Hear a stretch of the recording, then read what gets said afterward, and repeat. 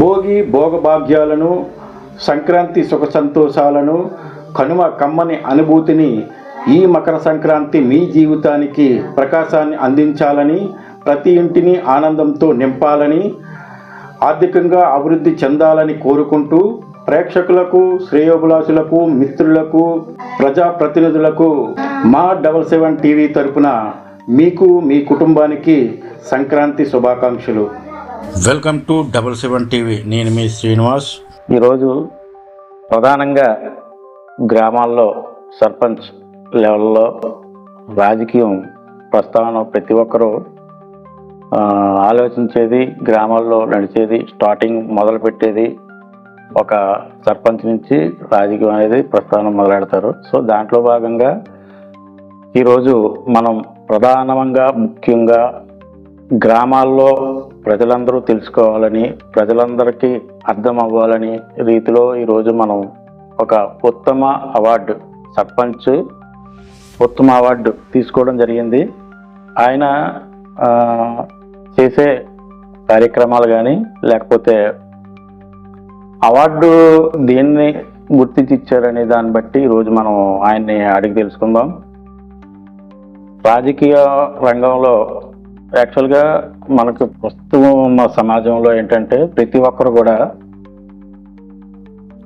రాజకీయంలో సర్పంచ్గా నిలిచడం, ఎంపీటీసీగా నిలిచడం ఇవన్నీ ఏంటంటే తమ స్వలాభాలకు లేకపోతే తమ స్వార్థానికి ఆలోచిస్తూ తన వ్యక్తిగత జీవితం మెరుగుపరుచుకోవాలనే ఆలోచనతో ప్రతి ఒక్కరు కూడా రాజకీయంలో తిరంగాటం చేస్తూ ఉంటారు. దాంట్లో భాగంగా ఏంటంటే దానికి అతీతంగా రాజకీయం చేయాలంటే కంపల్సరీ సొంత స్వలాభాలకు పోకుండా గ్రామ ప్రజల గురించి, గ్రామాన్ని గురించి ఆలోచిస్తూ దాని మీదే కంపల్సరీ ఎదుటి వాళ్ళకి సేవ చేయాలి అనే మైండ్ సెట్తో ఉన్న ఒక సర్పంచ్ ఉత్తమ అవార్డు కలెక్టర్ చేతుల మీదుగా ఉత్తమ అవార్డుని అందుపుచ్చుకున్నారు. ఆయనే బండారు శ్రీనివాస్, వాళ్ళ మిస్సెస్ బండారు రాజేశ్వరి అవార్డు గ్రహీత, మన సర్పంచ్ ఉత్తమ అవార్డు గ్రహీత ఆవిడ తీసుకుంది. సో ఆవిడ చేసిన తర్వాత మళ్ళీ ప్రస్తుతానికి దగ్గర దగ్గర 3 దఫాలుగా సుమారు 15 సంవత్సరాల దగ్గర అవుతుంది సర్పంచ్గా కంటిన్యూగా వాళ్ళే చేయడం జరుగుతుంది. దాంట్లో భాగంగా ప్రస్తుతానికి ప్రజలు ముఖ్యంగా మీరు నిర్ణయించుకోవాల్సిన ఆలోచన, మీరు ఆలోచించే విధానం, ఒక రాజకీయంలో కంపల్సరీ ఒక పర్సన్ని ఎంచుకోవాలంటే, అతనికి ఓటు వేయాలంటే ముందు ఇది విన్న తర్వాత దీన్ని చూసి మీరు అర్థం చేసుకొని రాజకీయంలో గ్రామాల్లో ఎలా ఉండాలి, ఎలా నిర్ణయం తీసుకోవాలన్న దానిపై మనం ఈరోజు చర్చిద్దాం. సార్ నమస్తే సార్. సార్ మీరు అసలు ప్రస్తుతానికి రాజకీయంలో రంగప్రవేశం చేయడానికి అసలు మెయిన్ రీజన్ మీకు ప్రస్తుతం, ఎందుకంటే మీకు ఆల్రెడీ కుటుంబం రాజకీయ కుటుంబం కాదు, మీరు ఇంతకుముందు చేసిన అనుభవాలతో రాలేదు, కానీ రాజకీయంలో రావడానికి గల కారణం ఏదైనా మీకు ఎక్కడైనా ఏమైనా సన్నివేశాన్ని బట్టి రంగంలోకి వచ్చారా? యాక్చువల్గా రాజకీయంలో రావడానికి కారణం అంటే మాకు సభంహరి గారు ఫస్ట్ ఇన్స్పిరేషన్ అండి. సభంహరి గారు మేము మా నాన్నగారు 83 నుంచి కూడా టీడీపీ పార్టీ, తెలుగుదేశం పార్టీ 83 నుంచి కూడా. అయితే సభంహరి గారికి మాకు దూరం బంధుత్వం ఉందండి. ఉండడం మూలంగా సభంహరి గారు ఏంటంటే అనకాపల్లి పార్లమెంట్స్ ఎంపీగా పోటీ చేసినప్పుడు సీట్ వచ్చి నేను అనౌన్స్ చేసిన వెంటనే సభంహరి గారు మా ఇంటికి వచ్చి మా నాన్నగారిని డాడీ ఇలా నాకు మరి కాంగ్రెస్ పార్టీ సీట్ వచ్చింది ఎంపీగా, మరి మీ పార్లమెంట్ నియోజకవర్గం కదా, నువ్వు ఎలాగో నాకు నా వెనకాల రావాలా తప్పదు అని చెప్పేసి పార్టీ మారాలని చెప్పేసి ఇబ్బంది పెట్టాను మా నాన్నగారు. ఇబ్బంది మా నాన్నగారికి ఇష్టం లేకపోయినా సరే సభంహరి గారి మీద ఉన్న కుటుంబ రిలేషన్ బంధం మీద ఈసారైతే పార్టీ మారి సభంహరి గారికి అప్పుడు కాంగ్రెస్ పార్టీలో రావడం జరిగిందంటే. జరిగిన తర్వాత అప్పుడు సభంహరి గారు గెలిచారు. అప్పుడు కుర్రోండి మనకి తెలియక ఏంటంటే ఎంపీ గారు అనుకుంటా అప్పుడు ఒక 2 వ్యాన్లు పెట్టుకొని 10 మందికి ఒక్కో వ్యాన్కి 10 మంది కుర్రోళ్ళు పెట్టి కాంబో పెట్టి మొత్తం 7 నియోజకవర్గాలు తిరిగి ఉండండి. అప్పుడు ఆ సభంహరి గారి ఎంపీలు తిరిగిన తర్వాత అప్పుడు నా సొంత డబ్బులు వరకు ఖర్చు పెట్టుకున్నాను. ఖర్చు పెట్టుకుంటే కుర్రోని తెలియదు వాస్తవంగా. ఇప్పుడు నాకు లేదండి, అనుభవం లేదు. దీని తర్వాత ఎప్పుడంటే ఎలక్షన్ అంతా అయిపోయిన తర్వాత కౌంటింగ్ కి ఎలక్షన్ కి మధ్యలో గ్యాప్ కాయలో నాకు సబ్బవరి గారు ఫోన్ చేసి ఆఫీస్ రమ్మన్నారు. వచ్చి వెళ్ళిన తర్వాత డాడీ మరి నువ్వు మనకు వచ్చి పెట్టు కదా, నాకు వాళ్ళంతా చెప్పారా అని చెప్పేసి నాకు 2 చెక్కులు రాసి డాడీ పట్టుకెళ్ళిపోరని చెప్పి ఇచ్చారు. ఇస్తారు ఎంత మాత్రం కూడా నాకు వద్దండి, నేను తీసుకుని అంత మా గ్రామానికి ఏమన్నా మీరు సాయం చేయండి చాలు, నాకు వద్దంటే అదేమంటే దాని పని దీని పని ఏంది అదే కాదు పట్టుకెళ్ళినాను. ఎంత మాత్రం కూడా నేను తీసుకోకుండా వచ్చేసానండి. అదిగోనండి ఆ అభిమానం సబ్బవరి గారికి అతని మనసులో ఉండిపోయి అప్పుడు మన ఈ రోడ్డుగుంట మండలం 21 పంచాయతీ అండి. 21 పంచాయతీల నుంచి కూడా సబ్బవరి గారి దగ్గరికి నేను ఎవరిని తీసుకెళ్ళినా సరే నా ఎంత 5 లక్షల 10 లక్షల అని పేపర్ చూసుకోరు కాదండి, నా ముఖంకి చూసి డాడీ అక్కడ అవసరమా అని లేదు సార్ అవసరమా సార్ అంటే వెంటనే సంతకం పెట్టి ఇచ్చేవారండి. ఇచ్చేస్తే అప్పుడు 10 లక్షలని 15 లక్షలు 20 లక్షలు కానీ పర్సంటేజ్ ఎంతనా కూడా ₹1 ఎప్పుడు తీసుకోలేదండి. నేను కూడా ₹1 నేను ఎవరి దగ్గర తీసుకోలేదండి. నా డబ్బులు పెట్టి కుర్రోళ్ళు కూడా నా డబ్బులు పెట్టి నేనే కారు పెట్టి తీసుకుని వెళ్ళి వాళ్ళకి భోజనాలు పెట్టించి వర్క్ ఆర్డర్ ఇప్పించి చేతులు పెట్టి పంపించాను. అలాగా 2 కోట్లు తెచ్చానండి మన మండలానికి. మండలం మొత్తం 21 పంచాయతీలకి 2 కోట్లు సభారి ఓన్లీ ఎంపీ ల్యాండ్స్. అప్పటికి ఎంపీ ల్యాండ్స్ ఒక మండలానికి అంత గ్రాంట్ ఇచ్చిన ఏ ఎంపీ గారు కూడా లేరండి. ఈయన ఇప్పుడు తేలేదండి. వాస్తవంగా చెప్పాలంటే అప్పుడు జిల్లా పరిషత్ చైర్మన్ రామూర్తి నాయుడు గారు, గొర్రెల రామూర్తి నాయుడు గారు జిల్లా పరిషత్ చైర్మన్ అయ్యిండు కూడా మండలానికి. నేను ఈ రోజు కూడా చెప్పగలను, జిల్లా పరిషత్ చైర్మన్ అయ్యిండు కూడా జిల్లా పరిషత్ చైర్మన్ గారు మండలానికి నేను తెచ్చినంత గ్రాంట్ అప్పట్లో తేలేదండి. సేమ్ ప్రభుత్వం సేమ్ పార్టీనా? సేమ్ ప్రభుత్వం సేమ్ పార్టీ, కాంగ్రెస్ పార్టీలు ఉన్నాయి. అయితే మధ్యకాలంలో వైఎస్ఆర్ కాంగ్రెస్ చిన్న డిస్ప్యూట్ రావడం వల్ల నేను మండలంలో మొట్టమొదటిసారిగా అక్కడ రోలగొండలో చెట్టుపల్లి వెంకటరావు గారు ఇక్కడ నేనే కలిసి ఫస్ట్ జెండాలు కట్టామండి. జెండాలు కట్టి రోలగొండ మండలంలో ఫస్ట్ వైఎస్ఆర్ కాంగ్రెస్ పార్టీ మండల పార్టీ ప్రెసిడెంట్ గా వ్యవస్థాపక అధ్యక్షుడు అయితే నేనేనండి. స్టార్టింగ్ రోలగొండ మండలానికి వైఎస్ఆర్ కాంగ్రెస్ పార్టీ వ్యవస్థాపక అధ్యక్షుడు అంటే నేను చేశాను. చేసిన తర్వాత అప్పుడు ఏంటంటే ఈ ఎంపీపీ ఎలక్షన్ వచ్చాయి. ముందు సర్పంచ్ వచ్చింది, మా సర్పంచ్ ఏంటంటే లేడీ రిజర్వేషన్ ఏంటంటే ఈ డబ్బులు తెచ్చి ఊళ్ళో గ్రామంలో ఈ డాక్యుమెంట్ చూడండి అందరూ కూడా సర్పంచ్ ఉండి అంటే అసలు వాస్తవంగా చెప్పాలంటే నాకు సర్పంచ్ గా ఉండి అసలు ఇంట్రెస్ట్ లేదండి, నాకు ఆ ఉద్దేశం లేదండి. అప్పుడు మీరు అక్కడ జాబ్ చేస్తున్నట్టు? నేను గోవా షుగర్ ఫ్యాక్టరీలో కాంట్రాక్ట్ బేస్ మీద ఉద్యోగం చేస్తుందండి. అక్కడ కూడా యూనియన్ ప్రెసిడెంట్ కంటిన్యూగా 15 సంవత్సరాలు యూనియన్ ప్రెసిడెంట్ ఏకగ్రీవంగా 15 సంవత్సరాలు INTEC చేశాను. చేసి నాకైతే ఇంట్రెస్ట్ లేదండి. నాకు ఎంసీపీ ఏంటంటే ఏదైతే డెవలప్ చేస్తాం కదా అని సర్పంచ్ అనేది ఇంట్రెస్ట్ లేదు. అప్పుడు రోలగొండ మండలంలో ఉన్న నాయకులందరూ కలిసి పసుపేటి బాలరాజు గారు మినిస్టర్ మన జిల్లాకి మినిస్టర్ అయితే రోలగొండ మండలంలో ఎంపీడీ ఆఫీస్ లో మీటింగ్ పెట్టారండి. మీటింగ్ వస్తున్నప్పుడు రోలగొండ మండలంలో నాయకులందరూ కూడా కోరలు సర్పంచ్ గారు చల్లనాయుడు గారు, కొవ్వూరు బాబుల నాన్న గారు, పలసాల భాస్కర్ రావు గారు, సిట్టి సత్యనారాయణ గారు మొత్తం నాయకులందరూ కలిసి రోలగొండ మండలంలో మినిస్టర్ గారు వెయిట్ చేస్తున్నాం అండి. అలా కూర్చున్నాం ఎండోస్ ముందు కూర్చుంటే నేను కూడా వెళ్ళి కూర్చున్నాను. అప్పటికి సర్పంచ్ ఇక్కడ అబ్బాయి చిన్ని అండి సర్పంచ్ అవుతుంటే ఈ మామూలు ఇలా నాయకులంతా డిస్కస్ చేసుకున్న టైంలో పౌర్ణ సర్పంచ్ గారు సూర్యమయ్య గారు ఏమన్నారంటే, ఒరే చిన్ని చూడ బండారు స్పీడ్ అయిపోతున్నాడు, రేపు పొద్దునగా నీ పేషెంట్ గా అడ్డు వచ్చేస్తాడు నీ ఎటకారంగా అన్నాడండి. ఎటకారంగా అంటే అదేను కదా అయితే ఎటకారంగానే పెద్దగా పట్టించుకోలేదండి. అప్పుడు నేను అన్నానండి, ఎంత భగవంతుడి సాక్షిగా నా మైండ్ లో అన్నప్పుడు మా అయ్యగారు ఎప్పుడన్నా బీసీ రిజర్వేషన్ అయితే నేను సర్పంచ్ కి నించుంటాను తప్ప అంతవరకు నేను సర్పంచ్ నించోనండి, అంతవరకు చిన్ని ప్రెసిడెంట్ చేస్తాడు. అలాగని చెప్పేసి మా గ్రామంలో చిన్ని ప్రెసిడెంట్ చేసిన సరే ఎంత డబ్బుకి వచ్చేది అంతా నేనే తీసుకుంటాను, రూపాయి కూడా చిన్ని దగ్గర నేను తీసుకోను. కానీ ఎప్పుడో 10 సంవత్సరాలు 15 సంవత్సరాలకు బీసీ రిజర్వేషన్ వస్తుందంటే అప్పుడే నేను ప్రెసిడెంట్ నుంచి ఉంటానని చెప్పాను.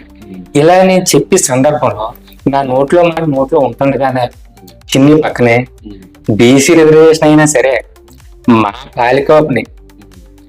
పాలికాపుని అన్నారం గుండి పెట్టన్నా ప్రెసిడెంట్ చేస్తాను తప్ప బండారు సింగ్ ప్రెసిడెంట్ ఉన్నాను. అక్కడ స్టార్ట్ అయిందండి. అది మీ మనసులో కనిపించింది.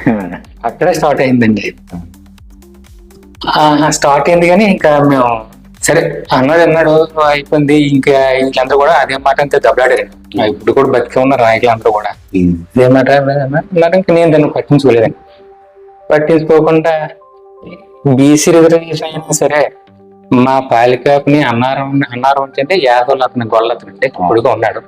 మా పాలికాపుని అన్నవారన్న పెట్టి గెలిపించాను తప్ప బండారు సింగ్ పేషెంట్ ఇవ్వనుందండి. ఆ ఒక్క మాట నాకు గుండెలో గుచ్చుకుపోయిందండి. నాటుకుపోయి నాకు కసి పెరిగిందండి. ఇంకెలాగైనా సరే పంచేట్టుకుంటాం అని చెప్పి ఇంకా అదే నేను స్టార్టింగ్ ఫేజ్ అదేనండి. అప్పుడు అలాగే అయిపోయిందండి. వచ్చే మీటింగ్ అంతా అయిపోయిందండి.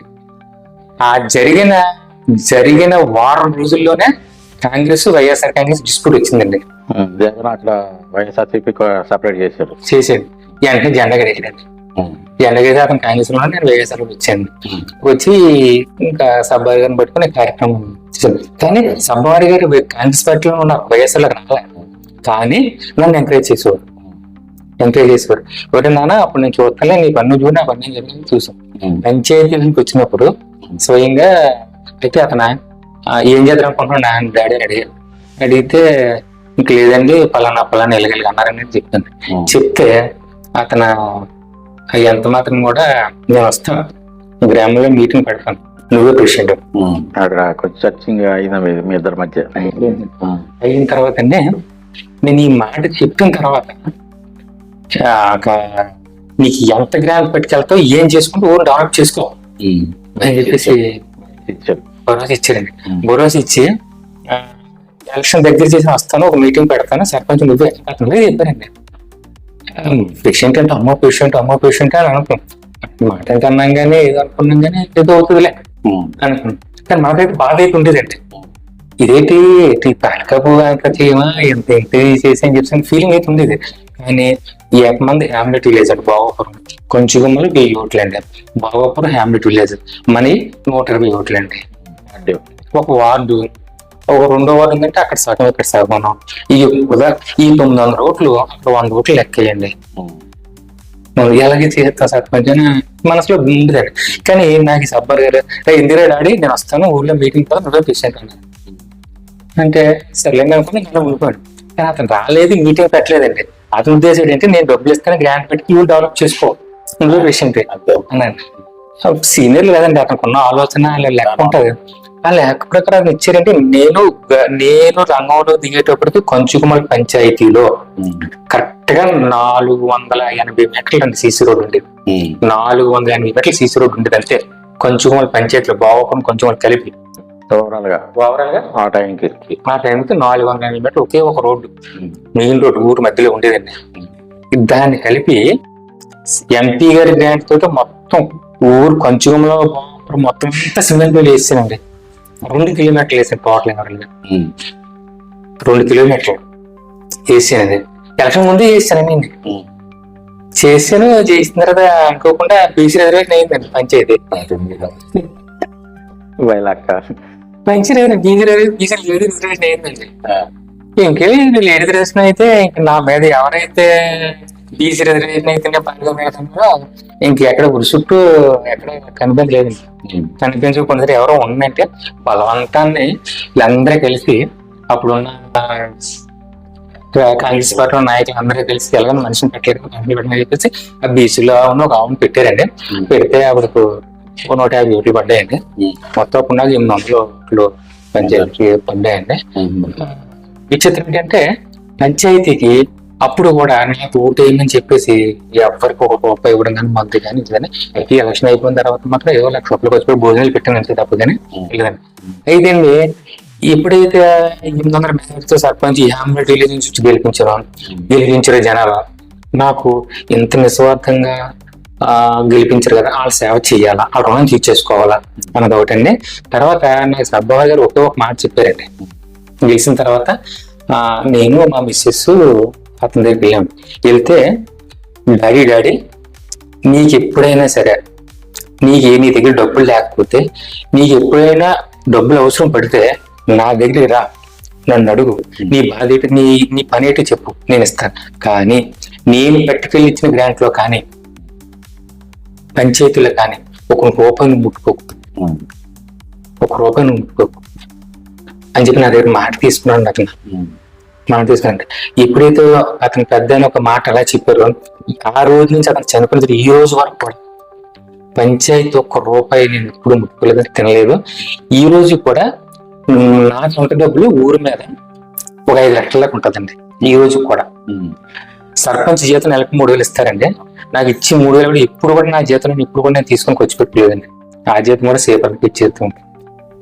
అంటే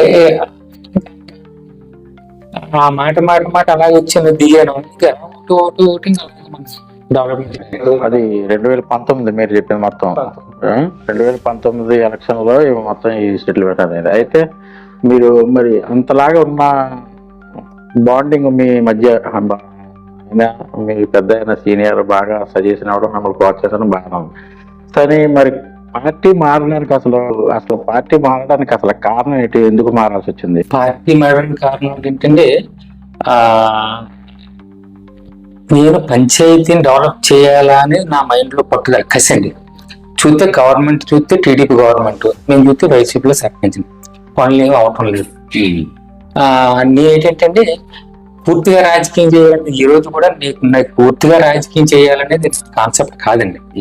నేను కొంతకాలం చేసిన సరే మనం అంటే ఏంటో సరే ప్రజలకు చూపించేసి తర్వాత వరకు ఎవరు తయారు చేద్దారు. ఇలా సేవ చేసిన నాకు భార్య పిల్లలు ఉన్నారండి, కుటుంబం కూడా చూసుకోవాలి కదండి.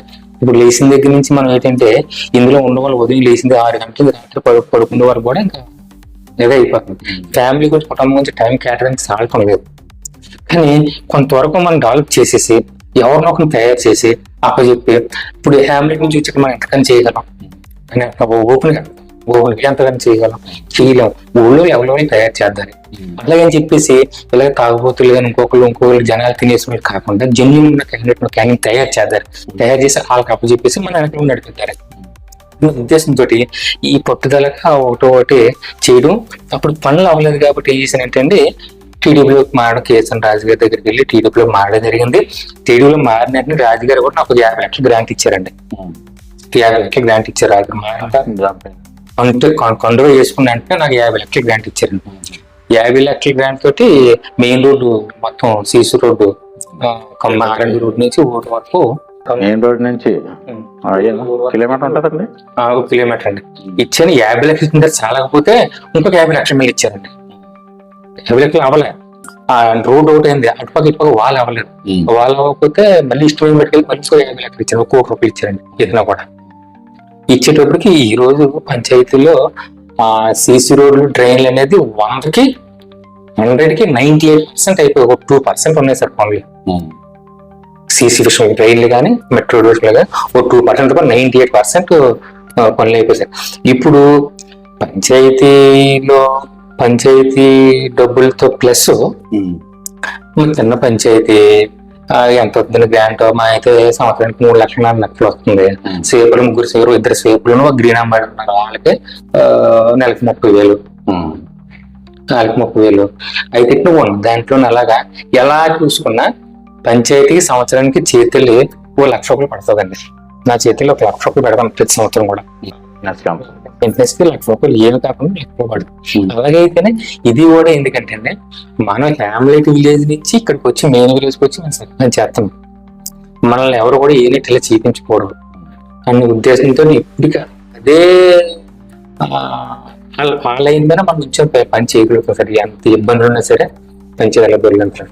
అయితే మన వైసీపీ గవర్నమెంట్ అయితే పంచాయతీ పూర్తి 0 అండి. 13 ఫైనాన్స్ లో అసలు డబ్బులు లేకుండా కూడా చేశారు, ఏం లేదు. అయితే టీడీపీ గవర్నమెంట్ వచ్చిన తర్వాత ఈ పవన్ కళ్యాణ్ గారు పంచాయతీ అడ్మినిస్ట్రేషన్ అయిన తర్వాత వైసీపీ గవర్నమెంట్ ఉండిపోయిన బ్యాగులు కూడా టప 2 నెలల్లో మొత్తం పార్టీ కూడా రిలీజ్ చేయడం వల్ల ఇంకా ఈ రోజు ఇంకా ఇలా ఊపిరి పీల్చుకోగలుగుతున్నాం. అప్పుడైతే అలాంటి నిత్యచొక్కలు పెట్టేయండి. మా పంచాయతీ నుంచి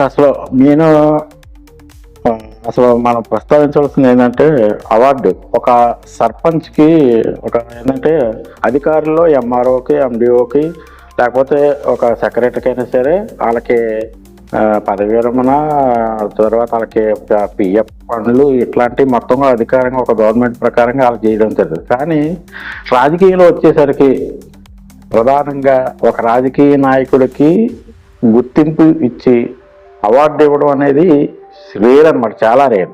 అంటే ఒక రాజకీయ నాయకుడు 100కి 100% ప్రజలకి ఊరికి న్యాయం చేయగలడా అనేది ఇక్కడ క్వశ్చన్ మార్క్. అసలు చూడాలంటే ఒక అవార్డు ఇవ్వాలంటే ఎన్ని చూస్తారో తెలుసా మీకు?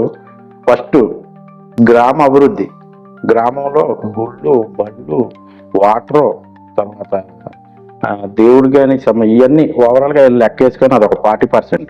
అలాగే వ్యక్తిగతంగా అందరితో సత్సంబంధాలు ఎలాగున్నాయి, అందరూ మంచిగా ఉన్నారా లేదా, వీళ్ళతో బాగా మాట్లాడుతున్నాడా, రేతగా ఉంటున్నాడా, ఇది అబ్జర్వేషన్ ఒకటి. అలాగే ప్రభుత్వం నుంచి వచ్చే స్కీములు ఏవైతే మొత్తానికి ప్రజలకి న్యాయం అందుతుందా లేదా, ఇదొకటి.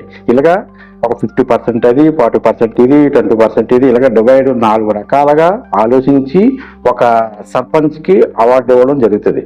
అందులో మీరు మీ భార్య ఉన్నప్పుడు, సర్పంచ్గా ఉన్నప్పుడు అవార్డు మీకు కలెక్టర్ ద్వారా అవార్డు తీసుకున్నారు. అవార్డు తీసుకొని క్షణంలో అసలు మీరు కష్టపడ్డారు, ప్రజలకు న్యాయం చేశారు, ఊరిని గ్రామానికి చేశారు, ఓకే. ఆ అవార్డు తీసుకున్నప్పుడు మీ మనసులో కలిగిన అంటే నేను ఇప్పటికి నేను సక్సెస్ అయ్యాను, నేను అన్నది చేశాను అనే మీ సాటిస్ఫాక్షన్ చెప్పండి. అసలు అవార్డు తీసుకున్నప్పుడు ఏంటంటే చాలా హ్యాపీగా ఫీల్ అయ్యింది. ఎందుకు హ్యాపీగా ఫీల్ అయ్యాను ఏంటంటే మన కష్టపడ్డ కష్టాన్ని మన కష్టపడ్డ కష్టాన్ని గుర్తించారు. ప్లస్ నా కాన్సెప్ట్ ఏంటంటే ఓలుగుంట మండలంలో 21 పంచాయతీల్లో మనం ఏదో సబ్జెక్ట్ లో మనం అవార్డు తీసుకోవాలని నా కసి ఎందుకంటే అందులో భాగంగానే 100% ODF విలేజ్ నా అవార్డు కారణం కన్నా 3 అండి. ఒకటి 100% ODF అంటే బాత్రూములు మొత్తం ఊరు మొత్తం బాత్రూమ్ కట్టించాను. స్థలం ఉన్నందుకు బాత్రూమ్లు ఇచ్చాయండి. ఎవరికైతే స్థలాలు లేవో వాళ్ళకి కమ్యూనిటీ బాత్రూమ్లు అని చెప్పేసి పంచాయతీ స్థలంలో ఒక దగ్గర 15 బాత్రూమ్లు, ఒక దగ్గర 15 బాత్రూమ్లు కట్టించి దానికి వాటర్ వేయించి, ట్యాబ్లు వేయించి, రన్నింగ్ వాటర్ ఇచ్చి ఒక్కొక్క బాత్రూమ్ లో బకెట్ డొక్కి ఇచ్చి దాన్ని కప్పేసి వాళ్ళకే తాళం ఇచ్చింది. తాళం ఎవరి వాళ్ళకే అన్ని పేరు రాసి ఈ బాత్రూమ్ ఇది, ఈ బాత్రూమ్ ఇది, ఈ బాత్రూమ్. అంటే ఓవరాల్ గా మీరు గ్రామంలో ఎవరికైతే లేవో అవన్నీ చూసుకొని లిస్ట్ రాసుకొని ప్రిపేర్ అయ్యి అప్పుడు కట్టించారు. ప్రతి ఇంటింటికి ఊరు మొత్తం తిరిగి జెన్యూన్ ఎవరికైతే స్థలం లేదో వాళ్ళకి అక్కడ బాత్రూమ్ కట్టించి రన్నింగ్ వాటర్ స్థలం ఇచ్చాను. ఒకటి. 2, పంచాయతీ డబ్బులు లేకపోయినా సరే నా సొంత డబ్బులు 1,00,000 రూపాయలు పెట్టి కడియం వెళ్ళి ఓ లారీ మొక్కలు పట్టుకొచ్చానండి. లారీ మొక్కలు పట్టుకొచ్చి ఊరంతా మొక్కలు వేసాను. ఈ మొక్కలు వేయడమే కాదండి, ఇంకా నేను ఎన్ఆర్జీఎస్ వచ్చిన తర్వాత మొక్కలు కాదండి, నా సొంత డబ్బులతో మొక్కలు కడి నుంచి ఒక లారీ మొక్కలు కొనుక్కొచ్చి వేసి పెంచాను. 2 మొక్కలు ఒకటండి. తర్వాత ఈ 100% సీసీ రోడ్లు వేసాను చూసారండి. ఈ సీసీ రోడ్లు, ఈ బాత్రూమ్లు, మొక్కలు, సీసీ రోడ్లు 3 ప్లస్ శ్మశానం. నేను సర్పంచ్ చేసేటప్పటికి పెద్ద తుప్పలు బలిసేసి అటు నుంచి అలా నడిచేయాలంటే మహా భయంకరంగా ఉండేదండి. అలాంటి దాన్ని మొత్తం తుప్పలు డొంక అంతా తీసి మొత్తం ఇది చేసి ఒక పెద్దగా కాకపోయినా ఏదో కొంతవరకు చిన్న ఒక పార్క్ లాగా తయారు చేశాను. తయారు చేసిన ఆ శ్మశానం గురించి, ఈ మొక్కల పెంపకం గురించి, ఈ ODF అంటే ODF ఈ 3 విభాగాల మీద నాకు అవార్డు వచ్చింది. అవార్డు తీసుకున్న తర్వాత కూడా ఇంకా చిన్న అక్కడక్కడ లోటుపాట్లు ఉన్నాయి, ఇవి చేయాలనే కాన్సెప్ట్ తోటి ఉన్నాను. ఉన్న తర్వాత మధ్యలో పంచాయతీకి పంచాయతీకి మధ్యలో గ్యాప్ వచ్చింది. ఈ గ్యాప్ లో ఏముందంటే ఎంత కష్టపడి రన్నింగ్ పెట్టినంతా కూడా ఈ మధ్యలో గ్యాప్ లో మొత్తం మళ్ళీ డిస్టర్బ్ అయిపోయింది. మళ్ళీ నేను ఫస్ట్ ఎలా ఉందో మళ్ళీ ఎమ్మెల్యేకి వస్తుంది. వచ్చేస్తే మళ్ళా రెండోసారి మళ్ళీ తర్వాత వస్తుంది వైసీపీ గవర్నమెంట్ అండి. అప్పుడు నేను టీడీపీలో ఉన్నాను. వైసీపీ గవర్నమెంట్ టీడీపీలో ఉన్నప్పుడు చూశాను, గవర్నమెంట్ లేకపోతే పనులు చేయడానికి అవదు. వాస్తవం జెన్యూన్ గా మాట్లాడాలంటే ఏ గవర్నమెంట్ అధికారులు ఉంటే ఆ పార్టీ సర్పంచే తప్ప ఈ పార్టీ ఆ పార్టీ అందరికీ ఓటపడి అపోజిషన్ గవర్నమెంట్ ఉన్నప్పుడు మనం పంచాయతీ చేయడం వస్తే కష్టం అండి. మళ్ళీ పేరుకే నాకు క్రిస్టియన్ చెప్పడం తప్ప మళ్ళీ అవ్వండి. అదే చేయాలంటే ఇప్పుడు ఎందుకు లేరా వైసీపీ గవర్నమెంట్ ఎవరో చేసుకుంటారు అంటే అందరూ కూడా కాదు బాబు నువ్వే ఉండాలి, నువ్వే జనరల్ చెప్పాలి. మళ్ళీ జనరల్ అయితే నువ్వే ఉండి అంటే సర్లే ఇంకా అందరూ అనుకుంటారని చెప్పేసి నేను నామినేషన్ వేసాను సర్పంచ్ వేస్తే మా 8 వార్డులు అండి. 8 వార్డులోనే అందరం కలిసి అనుకుని ఒక వార్డు ఎనామస్ వదిలేసుకున్నాం, ఒకరికి ఎనామస్ తీసుకున్నాం. ఇంక 7 వార్డులు. 7 వార్డులో కూడా నా మీద వైసీపీ అతను ఎంత ఉందో చేసిన అతను మళ్ళీ మిస్సెస్ పెట్టాడండి. నేను జనరల్ కాబట్టి డైరెక్ట్ నేనే ఉన్నాను. ఉంటే 7 వార్డులకి 6 వార్డులు టీడీపీ అయినా సరే 7 వార్డులకి 6 వార్డులు గెలుచుకున్నాం. ఒక వార్డు ఓడిపోయానండి. 7 వార్డులు గెలుచుకున్నాం. గెలిచిన తర్వాత కూడా పెరిగే పేషెంట్ గవర్నమెంట్ ఏం నిధులు ఏమి లేవు. అలాగా ఒక 4 సంవత్సరాల బండి దొరికించండి. మొన్న టీడీపీ గవర్నమెంట్ వచ్చిన తర్వాత మళ్ళీ కొంచెం ఊపిరి పీల్చుకుని మళ్ళీ పనులు మొదలెట్టడం, మళ్ళీ అన్ని రాంట్లో చేసేయండి. చేసి నాకైతే ఇప్పుడైతే అండి సర్పంచ్ అయిన తర్వాత నాకు సాటిస్ఫాక్షన్ జనాలు తీసుకున్న నా సేవ నేను చేశాను అన్న సంతృప్తి ఉందండి. గవర్నమెంట్ పంచాయతీకి ఎంత ఇస్తుందో, గవర్నమెంట్ ఎంత ఇస్తే అంత కాకుండా అందరూ సేవలు సరే పంచాయతీని ప్రతి సంవత్సరం కూడా. అయితే మంచినీళ్ళ విషయంలో కానీ లైటింగ్ విషయంలో కానీ రాజీ పనులండి. నేను సర్పంచ్ అయిన తర్వాతే కొంచెం మనకి మెయిన్ రోడ్ నుంచి ఊళ్ళకి రోడ్డు వారంటే సబ్బవారి గంటల స్తంభాలు వేయించి మండలం మొత్తం మీద రోడ్ లైన్ లో కరెంట్లు స్తంభాలు వేసి లైట్లు వేసి నేనే ఫస్ట్. నన్ను చూసిన తర్వాత ఊరు సర్పంచ్ గారు లైన్ వేసారు. తర్వాత మళ్ళీ నిన్న వాడు సర్పంచ్ పెట్టారు. ఫస్ట్ స్టార్ట్ చేసింది అయితే నేనే లైట్లు. తర్వాత ఊళ్ళో కూడా మొక్కలు వేసినప్పుడు 3 వైర్లు అలా కనపడుతుంటే 2 వైర్లు ఊరు మొత్తం వైర్లు మొత్తం తీసి కేబుల్ ఊరంతా కేబుల్ వేయించారండి. మీరు అంటే జనరల్ గా ఎవరైనా ఏదైనా టీఎం దగ్గరికి ఆలోచించినా సరే కొత్త విధానం కొత్త పద్ధతిలో ఆలోచించాలంటే ఎక్కడో దగ్గర చూసి మనం మళ్ళీ మన ఊళ్ళో కూడా న్యాయం చేయాలనే ఆలోచనతో వస్తారు. కానీ మీరు ఇక్కడ ఏంటంటే ఎక్కడ లేనిది అసలు శ్మశానంలో మొక్కలు పెంచాలి, శ్మశానాన్ని డెవలప్ చేయాలి, శ్మశానం ప్రతి ఒక్కరికి అనుకూలంగా బోరు ఇవన్నీ అరేంజ్ చేశారు.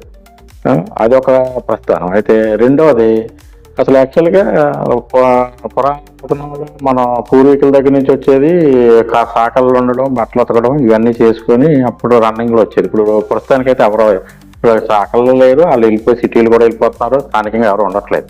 కానీ ఎవరి బట్టలు వారు ఉతుక్కుంటున్నారని వాళ్ళకి ఈ వాటర్ ట్యాంకులు కట్టించడం ఇదొకటి. ఇవన్నీ అసలు మీరు ఎక్కడైనా చూసారా, లేకపోతే మీ మధ్యలో అంటే ఇక్కడ ఎవరన్నా మిమ్మల్ని అడిగారా, లేకపోతే ఎలా కలిగింది అది? నన్ను అయితే నేను ఎక్కడ చూడలేదండి, ఎక్కడ చూసి చేయలేదు, నన్ను ఎవరు అడగలేదు. కానీ మన గ్రామంలో ఏదో కొత్త ఏదో మార్పు తీసి కాన్సెప్ట్ అంతే. తర్వాత ఈ మైలకట్లో మాసిపంట్లన్నీ బోర్లుగా ఉతికే చూడండి గ్రామంలో బోర్లు దగ్గర. ఆ బోర్ దగ్గర ఉతికేయడం, మళ్ళీ ఆ బోర్ మీద మళ్ళీ పట్టండి వేయడం, మళ్ళీ నీళ్ళన్నీ మళ్ళీ నేను చూసాను. ఈ బోర్ల దగ్గర పట్టడం అనేది దీన్ని తగ్గించాలా, ఎలా చేస్తే దీన్ని జనం తీసుకొస్తే బాగుంటుంది లాగా ఆలోచించి అప్పుడు అసలు అవినీతి అయితే ఎక్కడ చూడలేదండి. నేను నా ఆలోచన అక్కడ చూడు చివరిన కాలం ఉంది, ఒకటి దెమ్మగట్టడం, అక్కడ మా బోర్ దగ్గర బిగించడం, దానికి ట్యాప్లు పెడితే నేనేమనుకున్నా ఏంటంటే వాళ్ళకి తోడుకోవడం కూడా కష్టం. కాడికి వెళ్ళి తోడుకోవాలంటే ఉతకడం, కానీ సులువుగా ఇలా ట్యాప్ ఇప్పితే అలా నీళ్ళు వస్తే అలా ఉతుకుంటే వెళ్ళిపోతాం. అదొకటి నేను ఆలోచన చేసి అక్కడే ఒక 6 ట్యాపులు పెట్టి అక్కడే బట్టలు తోగడానికి దెమ్మలు కట్టి గవర్నమెంట్ వాళ్ళకి చీపితే ఒరే ఇక్కడ ఎందుకు ఇల్లు ఉడుకున్నామంటే మనం బాధపడరు కదా, మనం ఆట ఆగిపోయిన తర్వాత అందుకే శాంపుల్ ప్యాడ్ ఒకటి కట్టి చూసాను. చూసి సక్సెస్ అయిందండి. బాగుంటే మనం చెప్పిన చెప్పకపోయినా సరే అయ్యో పేషెంట్ గారు కట్టారు కదా, మన గురించి కదా కట్టారు, మరి బోర్ దగ్గర బట్టలు మళ్ళీ డబ్బులు కదా అని మనకు చెప్పకుండానే తిన్నంగా పట్టుకెళ్ళిపోయి అక్కడ వాడుకొని నేను ఏ ఆలోచనతో ఏది కట్టానో 100% సక్సెస్ అయిందండి. బాగుంది. ఎప్పుడైతే బాగుందో దాన్ని చూసి మరలా ఇల్లు కూడా నన్ను కథ అడగలేదండి. కథ అడగలేదు కానీ అక్కడ ఖాళీ ఉండటం లేదు. మొత్తం ఊరంతా అక్కడికే వెళ్తున్నారు, ఖాళీ ఉండటం లేదు. ఎందుకు నువ్వు గొడ్డు కొడితే బాగుంటుంది కదా, కొంచెం ఫ్రీగా ఉంటుంది. అక్కడ కొంచెం ఇంకో దొడ్లు గొడవ దొడ్లు కూడా సేమ్ కట్టానండి.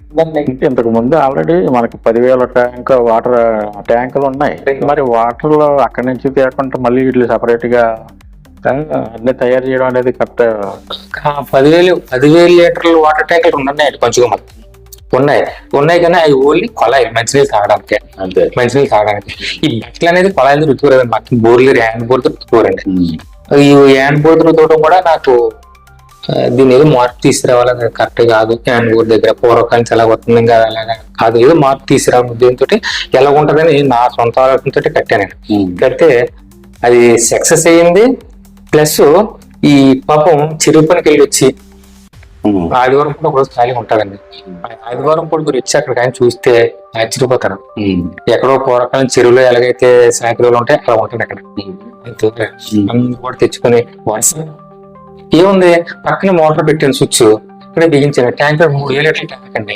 నీరు అయిపోయింది కానీ పక్కన స్విచ్ వేసుకుంటారు, కింద కూర్చుంటారు, ట్యాప్ ఇప్పుకుంటారు, రేపు వేసుకుంటారు, వేసుకుంటారు, నీట్గా ఉంటారు. అది కూడా ఊళ్ళో వేస్ట్ ఊళ్ళో కాదు, కిందకి చెరువు ఉంది, చెరువు కూడా చెరువుకి వెళ్ళిపోతుంది. అది ఊరు మధ్యలో అనుకోండి, మళ్ళీ అది కూడా మనకి ఇబ్బంది. మళ్ళీ ఈ దోమలో ఏదైనా ఇబ్బంది ఉంటుంది. అలాగే ఊరు చివరి కాబట్టి తిన్నగా కాలం చెరువుకి వెళ్ళిపోతుంది. వేస్ట్ అయిపోతే చెరువుకి వెళ్ళిపోతుంది. అన్ని విధాలు అనుకూలంగా ఉందండి. అందుకని మన ఊరిని కానీ ఏ ఊళ్ళని కానీ ఖచ్చితంగా అది మాత్రం చాలా ఉపయోగం చేసుకుంటే ప్రజలకు ఆరోగ్యంగా ఉంటది. ఇప్పుడు ఎక్కడున్న శాఖలు అందరూ వెళ్ళిపోయారు, ఎవరి పట్ల అలా ఉతుక్కున్నారు. రోజులు పోయే శాఖలు పట్టుకుని పోయే ఎవరు ఉతుక్కున్నారు. కాబట్టి ఇలాంటి ఇంకా నాకు అవసరం అయితే నేను ఇంకో ఇలాంటి నాకు అవకాశం లేదు కానీ ఇంకో 2 కడతాను మా గ్రామం. ఒకటి ఎస్సీ కాలంలో ఒకటి కట్టాలని ఉందండి. ఎస్సీ కాలంలో ఒకటి, బీసీ కాలంలో ఒకటి 2 కట్టి తీరాలి కంపల్సరీగా. ఒక్కొక్క దానికి 3 లక్షలు అవుతుందండి. ఇక్కడ ఎంత వాటర్ ట్యాంక్ స్టోరేజ్ ఎంత? 3,000 3,000 లీటర్ల ట్యాంక్, ఒక్కొక్కటి 3,000 లీటర్ల ట్యాంక్. ఒక్కొక్కదానికి 3 లక్షల అలాగే అవుతుందండి. కానీ దానికి 3 లక్షలతో పనిచేస్తే ఇంచుమించు దాని ఉపయోగం 10 లక్షల ఉపయోగం ఉందండి. ఎంత పెరుగుతుంది ప్రజలకైతే చాలా ఉపయోగం. మీరు శ్మశానంలో మొత్తం అన్ని పెంచారు, దాని మెయింటెనెన్స్ అసలు అంటే జనాలకి పబ్లిక్ లోకి ఏంటంటే ఏదైనా అవకాశం వస్తే తీసుకోవడం అంతవరకే, కానీ దాన్ని మెయింటైన్ చేయడం మర్చిపోతూ ఉంటుందండి. అసలు అక్కడ ఏంటంటే మీరు అక్కడికి తీసుకెళ్ళి పంచాయతీ సంబంధించిన స్లీపర్ల చేత అక్కడ నీట్ గా చేయడం ఎలా మెయింటైన్ చేస్తున్నారు అసలు శ్మశానాన్ని అంతా? శ్మశానాన్ని మెయింటెనెన్స్ చేయడం వంతు గ్రామం శుభ్రం ఉంచుకునే వంతండి. ఇది 2 సేపర్ల వల్ల సర్పంచ్ వల్ల అది అవ్వదండి. మాకు మా పంచాయతీలో ఎన్ఆర్జీఎస్ జట్లు 30 జట్లు ఉంటాయండి. 30 జట్లు మాకు మా గ్రామ ప్రజల సహకారంతో చేయగలుగుతున్నాం. ఆదివారం పూట 1 జట్టు శ్రమదానం చెయ్యాలి. ప్రతి నెలకు 1 ఆదివారం మీరు మీటింగ్ పెట్టేంత ఊరు మొత్తానికి చెప్పారు. అలాగా మేస్త్రులందరూ మీటింగ్ పెట్టాం అనుకున్నాం. నెలకు 1 ఆదివారం శ్రమదానం చెయ్యాలి. ఆ లెక్కలో నెలకు ఒక జట్టు అంటే 30 మంది ఉంటారు. 30 మంది 1 గంట పని చేస్తే అంతండి. దాన్ని అలాగా అంటే మనం మాట్లాడుకునే విధానం మంచితనం కొద్ది మనం ఇప్పుడు సర్పంచ్ ఉన్నామండి, సర్పంచ్ ఉన్నారు, మెంబర్ పని చేస్తుంటే జనాలు వచ్చి పని చేయట్లేదు. అలాగే అలవాటు చేసాం. చేయడం ఏంటంటే గ్రామం శుభ్రంగా ఉంటుంది కదా, మన ఊరికి మనం చేసుకుంటున్నాం కదా. శ్రమరాజు టైప్లో ఎన్ని డబ్బులు పెట్టయితే ఎంత డబ్బులు పెట్టినా మనం అలా చేయలేమండి. శ్రమదానంగా ప్రజలు సహకరిస్తున్నారు కాబట్టి మనం చేయగలుగుతున్నాం. కేవలం ప్రజల సహకారంతో ఆ మెయింటైన్ చేయగలుగుతున్నాం. గవర్నమెంట్ ఇచ్చిన డబ్బులతోటి స్వీపర్లతోటి అది ఎస్డబ్ల్యూ షెడ్ కానీ శ్మశానం కానీ మెయింటైన్ చేయాలంటే కష్టం. గ్రామ ప్రజల సహకారం దాని గురించి ఏంటంటే అది చేసి మనం చేయకూడదు, మనం చేసి అలాగే చేయకూడదు. ఏంటో 1 నెల రోజులు ఫస్ట్ ఆదివారం 1 జట్టు, అలాగే మళ్ళీ ప్రతి జట్టు మళ్ళీ రారండి, మళ్ళీ ఇంకో ఆదివారం మళ్ళీ ఇంకో జట్టు. అలాగే కేవలం సహకారంతో తప్ప ఎన్ఆర్జీఎస్ గ్రామ ప్రజల సహకారం తప్ప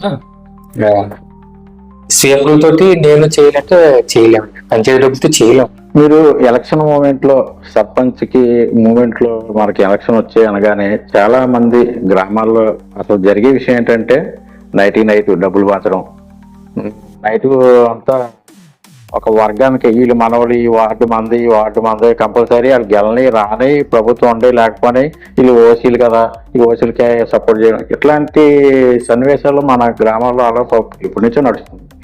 కానీ మీరేంటంటే డబ్బులు ఇవ్వకుండా మందు ఇవ్వకుండా మరి ప్రజలు వేస్తారని మీ సర్వీస్ని బట్టి మీ నమ్మకంతో మీరు ఓన్లీ అక్కడ సర్పంచ్కి అప్లై చేయడం రావడం చేస్తూ ఉంటారండి. అసలు ఏంటి అసలు మీ సాదస్తమా లేకపోతే మీ నమ్మకమా ఏంటిదో చేస్తారు?